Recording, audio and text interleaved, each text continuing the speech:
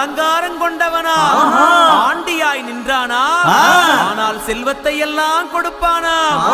அப்படிப்பட்ட முருகனவன் ரொம்ப ரொம்ப சின்னவனா சுவாமி.